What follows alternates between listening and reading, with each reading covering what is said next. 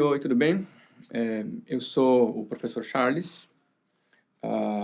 Essa é uma aula sobre a pedagogia Kodály, que está dividida em 8 partes.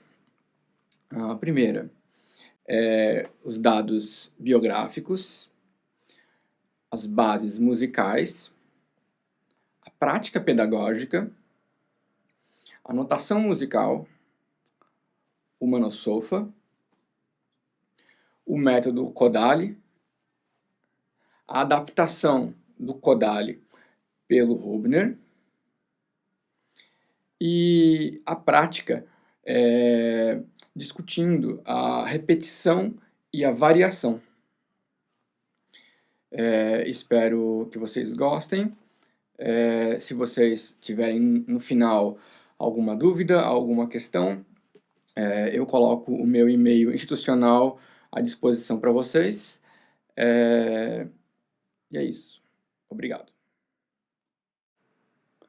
Então, o Zoltán Kodály é um compositor húngaro, né, que nasceu no final do século XIX e faleceu em 1967. Dados importantes, por exemplo, no início do século XX, ele começou a lecionar na Academia Franz Liszt, em Budapeste, na Hungria, né? É uma importante escola até hoje. Cerca de 20 anos depois, ele chegou a ser vice-diretor dessa instituição. Além disso, ele colecionou diversos prêmios como professor, recebendo prêmios de várias universidades europeias. E talvez um ponto bem importante, ele foi contemporâneo de Béla Bartók e eles trabalharam juntos por um certo tempo. Bartók é muito famoso por um trabalho de etnomusicologia. E nesse momento, Kodály ele registrou muitas canções dos povoados das regiões da Hungria e locais próximos, né? Ele chegou a transcrever mais de 100.000 canções, né? Interessante, esse material, depois, ele dá grande parte da base, né, do material composicional que ele foi usar depois. Tanto na sua obra orquestral mesmo, ou camerística, mesmo no material pedagógico que veio depois. Bem, eu, pessoalmente, arriscaria até dizer que ele ficou conhecido como compositor pelo trabalho pedagógico que ele fez, né, que ele desenvolveu. De acordo com o Kodály, né, o intelecto, as emoções e a personalidade de todas as pessoas podem ser desenvolvidas e trabalhadas por meio da música. Dessa maneira, a música deveria ser acessível a todos, de maneira simples, porém de altíssima qualidade. Além disso, Kodály ele acreditava que a formação musical, né, da criança tinha que partir da música materna, da música da sua região, da música do seu povoado, da música mais próxima o possível. E depois expandir esse material, né, para chegar numa música que ele chamou de universal, que eu poderia dizer que é a música talvez erudita, junto europeia, americana e talvez até do Oriente. Agora, para conectar essa base pedagógica com o fazer musical, com a prática do ensino musical, o Kodály achava que o canto seria o fio condutor desse processo, que aproximaria as crianças à cultura, que teria um desenvolvimento emocional e intelectual, e fornece bases da pulsação rítmica, por exemplo, da contextualização de forma musical, de melodia, obviamente, e harmonia. Bem, como professor, ele percebeu que as crianças tinham certa dificuldade em assimilar, né, os semitons. Por exemplo, si com dó, mi com fá, ou quando a gente chega a utilizar sustenidos, bemóis e por diante. E nesse caso, ele percebe que,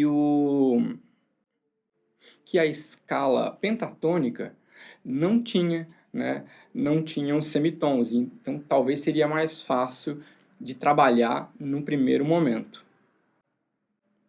Além disso, dependendo da idade da criança, talvez a criança não fosse alfabetizada ainda, né, ou talvez não conseguia ter um certo discernimento de um pentagrama. E aí existe até o processo do ensino Kodály, na qual o professor tem uma partitura, que ele tem um material, e as crianças, na verdade, eles só recebem o material cantado pelo professor, né? Elas imitam o professor. Depois tem um processo com figuras simples. Figuras simples, por exemplo, como uma estrela, como uma rosa e o sol. Esses pequenos símbolos davam um certo norte para a criança e dava a base para ele entender se ele tinha que cantar uma nota mediana, grave ou aguda. Além disso, ele se apropria do que a gente chama de Mano-Solfa. Um sistema já do século XI, segundo registros, foi desenvolvido pelo Guido d'Arezzo,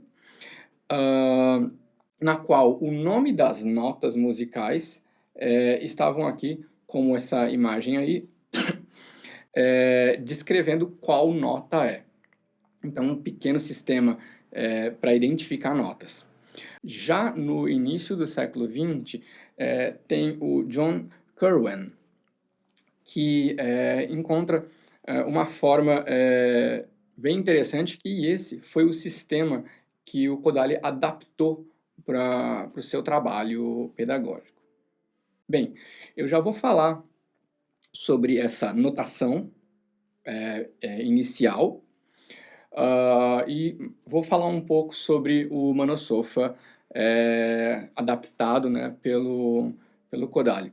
Mas eu queria, antes disso, falar sobre uma coisa de uma experiência pessoal. Bem, eu comecei a fazer música aos meus 6 anos, né? Aos 7 eu escolhi um instrumento que fiquei até os 17, que foi o trompete. Atualmente eu sou um percussionista, né? E dos 7 aos 14, basicamente, o trompete era um brinquedo, né? Que estava sempre muito próximo, né? Dos 14, 15 anos até os 17, já virou uma vontade profissional, né? E eu fiquei, nesse caso, 10 anos com esse instrumento.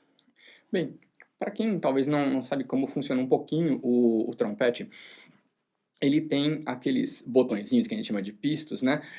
Que é um sistema que eu aperto, né? E ele aumenta ou diminui o tamanho do cano, né? E isso faz com que eu consiga afinar, né, e controlar notas mais agudas e mais graves. Assim, de uma maneira super simples, peço até desculpa pro professor de trompete, o Érico, de falar de uma maneira tão simplória sobre o instrumento. Bem, e existe uma questão que eu posso apertar só o primeiro e o segundo, primeiro, segundo e terceiro, segundo e terceiro, e existem algumas combinações. Bem, mas as combinações são até bem simples, então eu consigo fazer isso aqui, por exemplo, apertar. Assim eu não apertei nenhum, assim eu apertei, ok? Então aqui eu vou chamar de 0, né? Vai ser o meu Dó. Esse aqui eu apertei o 1, é o Ré. Depois é o Mi, Fá, Sol, Lá, Si, Dó. Então existe uma combinação né? Notas mais graves, eu posso fazer dó, ré, mi, fá, sol, lá, si, dó, né? E é bem prática para execução. Bem, como eu falei, eu fiquei 10 anos com esse instrumento. Eu larguei aquele instrumento e cerca de 10 anos depois, ou até hoje, quando eu leio uma partitura sem o meu instrumento atual, por exemplo, um instrumento que eu gosto muito de trabalhar, o vibrafone, por exemplo, quando eu olho, eu vou ver uma nota, tá escrito, dó, mi, lá, sol, fá, mi, ré, dó, né? Automaticamente, a minha musculatura fala dó, mi, sol, lá, sol, fá, mi, ré, dó, né? Eu penso nessa combinação automaticamente. Talvez hoje um pouco menos, porque na verdade já fazem mais de 20 anos que eu não toco mais trompete, né? A gente pode perceber uma outra coisa. Você pega um aluno de violão que não está com o instrumento às vezes, né? E ele está lendo uma partitura.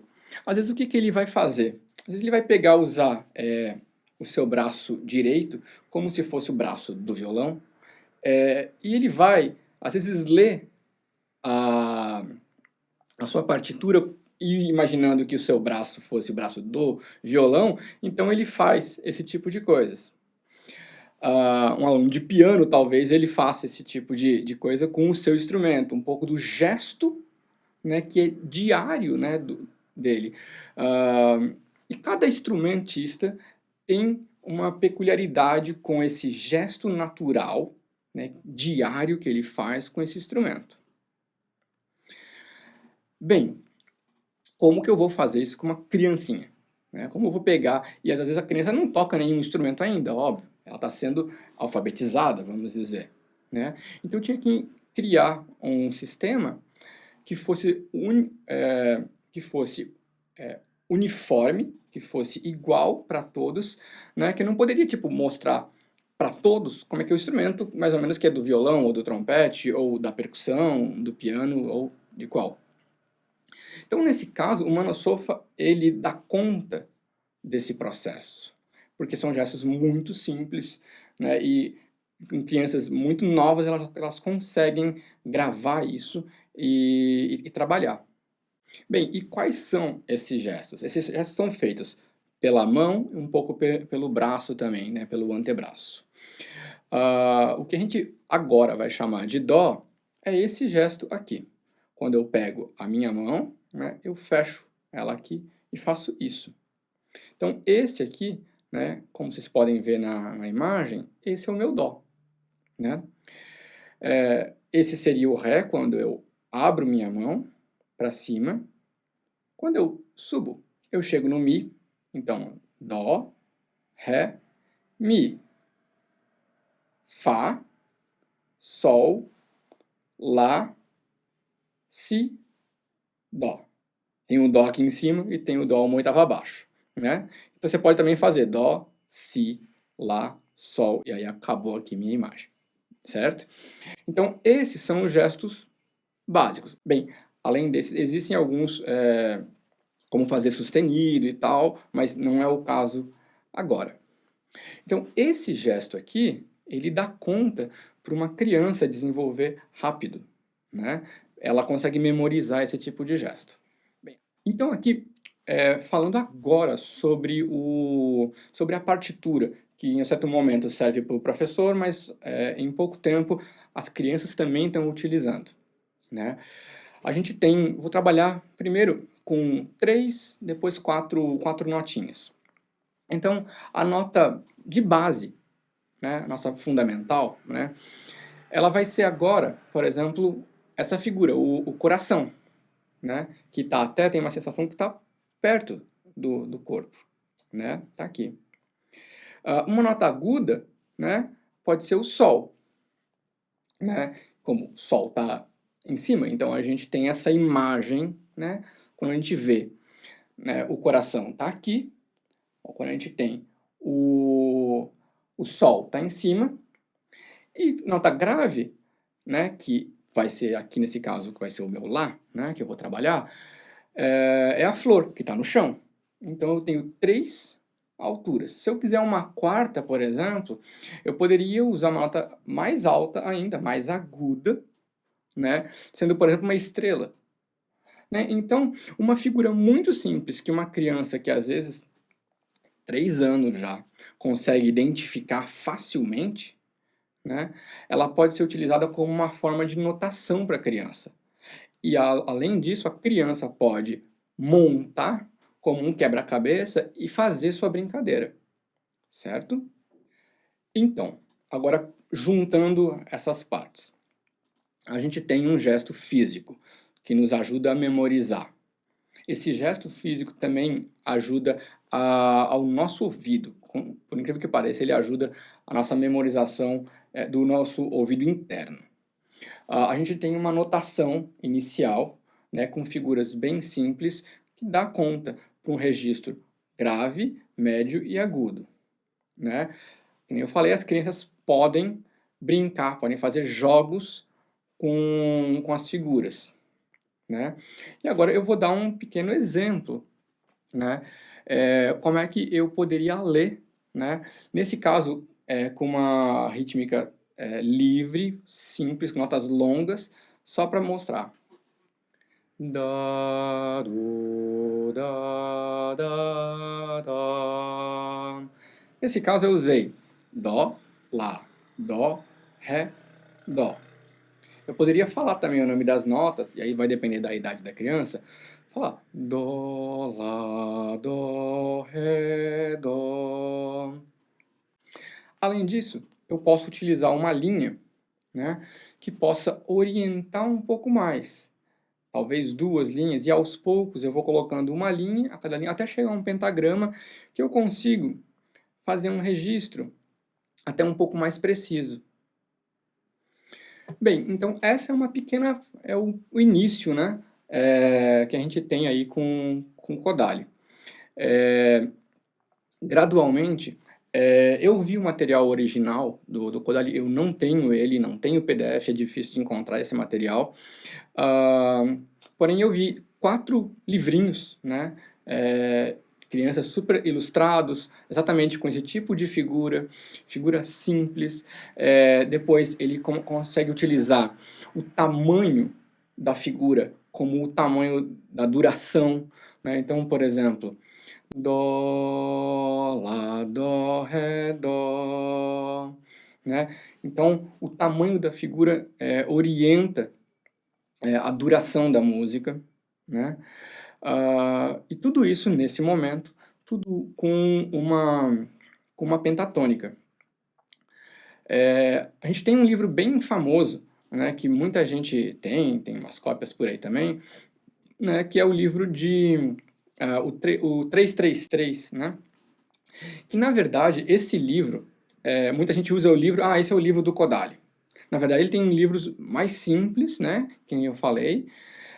Esse aqui é um livro um pouco mais avançado, que, na verdade, alguns professores também da Hungria, eles queriam utilizar uma coisa um pouquinho mais difícil, e eles queriam utilizar conjuntos, figuras mais complexas, ou que faltavam no repertório que as crianças cantavam. Isso já é mais para adolescente e tal, as crianças cantando em uníssono e tal.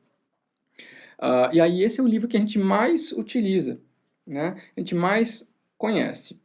Além disso, nesse livro, né, o 333, ele tem uma inovação que é bem interessante. Esse já é um sistema, é um livro com pentagrama e tal, mas ele tem o Stick Notation, né? É um sistema que, ao invés de ter o pentagrama com as suas alturas, ele coloca letras para dar o nome das notas e está escrito apenas a rítmica, né? Então, por exemplo, aqui, Dó, Dó, Lá, Dó, Ré, Dó, né? Então, a pessoa não está lendo a altura, né? Ela está lendo o ritmo, né? Que às vezes é um pouquinho mais complexo, ou está preparando para chegar, né? E aí tem isso, ele tem um diálogo, né? Uma página alguns exercícios com o sistema tradicional, pentagrama, e depois um outro com o stick notation, que também é bem interessante, porque a pessoa foca no ritmo e não na altura. Isso é uma coisa que eu sei quando eu estava estudando esse material, eu percebo que ele fica mais fácil, né? Porque você não fica tão preocupado na altura, você está preocupado com o ritmo, então ele facilita um certo momento. Porém, existem algumas versões, né, algumas edições desse livro que, na verdade, é um sistema tradicional, né, pentagrama mesmo. Bem, para já finalizando esse conteúdo, eu queria falar sobre a apropriação, né, para a adaptação que a gente teve aqui no Brasil, que é uma adaptação formidável do Rubner Abreu, né, que mora em Belo Horizonte, né, e ele é um grande professor, ele ensina muito com adaptação do Kodály. E ele consegue desenvolver muito os seus alunos, né? Eu mesmo fui aluno dele por um bom tempo. E o que ele fez? Você lembra que das bases pedagógicas, uma delas é a conexão da criança com a prática pela música materna, pela música de sua região? Aí existe uma questão. Como que a gente vai, então, ensinar uma criança brasileira por meio de um sistema húngaro, com uma música muito diferente da nossa, com uma rítmica diferente, com conjuntos de notas um pouco diferentes. Além disso, se a gente escutar a música húngara, é bem interessante. A música húngara ela tem muito uma ênfase no primeiro tempo, né? Enquanto que a música brasileira, a gente tem muito a síncope, né? Ou seja, o deslocamento de um tempo fraco para o forte, né? Então, nesse caso, nesse processo, na verdade, que o Hubner ele passa a adaptar, ele entendeu como que funciona o sistema do Kodály, e aí ele fez uma adaptação. Ele tem cerca de 5 livros, são livros não editados como uma editora, é um material particular, né? É mais quem é aluno dele ou os alunos que viram professores e passam o material. E o que é bem interessante, então ele usa no começo, né, uma escala pentatônica, mas utilizando um sabor, né, vamos dizer, sobre uma sonoridade de uma música talvez nordestina, talvez, né, ou então de uma outra região brasileira. Então ele começa a trabalhar com isso. Além disso, o material básico do Kodály, ele trabalha sempre com a pentatônica, né? E o que o Hubner fez? Ele deu continuidade a esse pensamento, né, essa base pedagógica do Kodály. Então, ele utilizou uma base com pentatônica, desenvolve ela por meio de alguns conjuntos de notas, que vão dar uma sonoridade mais brasileira. Junto com isso, num processo gradual, é claro, com uma rítmica que é mais próxima da música brasileira, para depois ele começa a colocar as primeiras notas, né, que fazem semitom. Só que ele não usa direto, por exemplo, uma escala maior ou uma escala menor para fazer isso.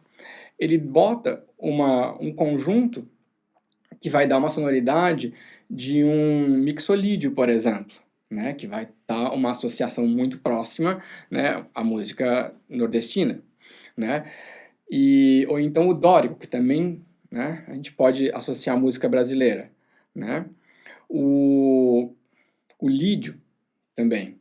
Então ele vai pensando e colocando gradualmente, né, essa sonoridade brasileira. Então isso é feito de uma qualidade, de um nível altíssimo, né, de um processo que vem tradicional húngaro. E eu, como professor de Kodály também, é, bem, o Hübner ele não escreveu o livro de base, né? Ele escreveu uma coisa um pouco mais mediana, né? E a parte mais complexa, que ele vai colocando os semitons e tal, né? A parte básica, né, a parte fundamental, na verdade, é um trabalho que ele faz de maneira mais oral, né? E aí vendo, na verdade, a necessidade de cada criança, de cada aluno, adolescente, ou adulto mesmo, né? Eu fui fazer aula com o Hübner já bem mais velho. E aí eu utilizo então um material do Kodály, até o 333, né, esse material, e depois começo a utilizar um material um pouco mais complexo do Hübner. É bem interessante, porque a experiência, que não é de tanto tempo que eu tenho, eu percebo que o Kodály, ele está numa dificuldade X, quanto o material já do Hübner ele já está um pouco mais complexo. Mas eu percebo que os alunos têm mais facilidade de cantar o material do Hübner, por exemplo. E isso só confirma o que o Kodály falou sobre a associação da música de sua terra. Bem, o que podia ser bem interessante para um futuro é alguém fazer uma adaptação, talvez o próprio Hübner, uma adaptação horizontal e vertical, né, desses processos, né, do processo de base, né, para criança mesmo, que poderia utilizar as figuras simples, né, que tem nos livros de formação para crianças do Kodály, para depois chegar num processo mediano que a gente pode associar o stick notation de maneira mais brasileira, e as questões intervalares importantes, como já tem aí no Hübner, já tem essa parte, né? E a parte mais complexa, né? Que a gente tem, na verdade, as duas coisas, a parte horizontal e a vertical do desenvolvimento, né? Do pensamento do Kodály, né? Numa visão, né? Olhando agora para um material brasileiro, que é mais fácil para a gente entender. Bem, agora, mais para finalizar sobre a prática, né? Queria comentar um pouco sobre alguns processos que o Hübner utiliza, que está linkado, né, com o pensamento tradicional, né, do Kodály, Kodály fala que a gente não tem que, entre aspas, massacrar o aluno com repetições. Não é por base só de repetição que o aluno vai associar e vai se apropriar, né, dos intervalos e vai cantar, né? Tem essa parte emotiva, que nem eu já comentei, mas tem uma forma que eu entendo como se eu estivesse sempre driblando, né, a repetição. Então, por exemplo, vamos dizer que o aluno tem dificuldade em fazer o intervalo entre Dó e Lá, certo? Eu não vou ficar fazendo 101 vezes ou 333 vezes Dó, Lá, Dó e pronto, né? O que eu vou fazer é rodear os outros intervalos. Então, Dó, Lá, Dó, Sol, Lá, Sol, Dó, Lá, Sol. Desculpa, eu desafinei um tanto aqui, né? Mas por esse processo. Então eu não vou ficar fazendo Dó, Lá, né? Porque as pessoas não vão gravar. A outra coisa que é bem importante, eu não vou associar uma nota, o Dó do piano, né, ao Dó que eu vou cantar. Então, Então, dó, se eu não me engano, eu devo estar cantando um dó sustenido, né? Dó, lá, dó, ré, dó. Então, eu usei essa nota como base. Eu posso usar dó, lá, dó, ré, dó, dó, lá. É muito grave para mim. Então, eu tenho essa desassociação da nota fixa, né? Eu não vou me prender a isso. E nesse caso, eu fico mais próximo aos afetos de questões mais de uma escala maior ou menor. Então, isso é um ponto bem importante nesse processo. Então, o Rubner também trabalha da mesma maneira. Eu, eu não tenho uma repetição absurda, semanal, da mesma coisa. Tanto é que, por exemplo, o livro do Kodály com o 333, eu poderia talvez fazer um livro com 6 exercícios, sala 7 talvez, e mandar a pessoa repetir. Mas isso é o que não é interessante. Então, eu faço uma repetição só que driblando. Eu faço coisas parecidas, né, que vai fazer com que a minha memorização, a minha associação à altura seja maior, né, do que só repetir uma coisa. Bem, agora para finalizar, queria agradecer muito o tempo de vocês. É só uma pincelada, né, de um processo que, na verdade, que demora alguns anos para desenvolver, né? Por alguma dúvida, alguma questão, alguma pergunta, alguma curiosidade, eu fico à disposição pelo meu e-mail institucional, que é charles.leandro@ufop.edu.br, certo? E aí eu fico à disposição. Se você quiser escrever, fazer alguma pergunta, fico às ordens. Espero que você tenha gostado, e até uma próxima. Até mais.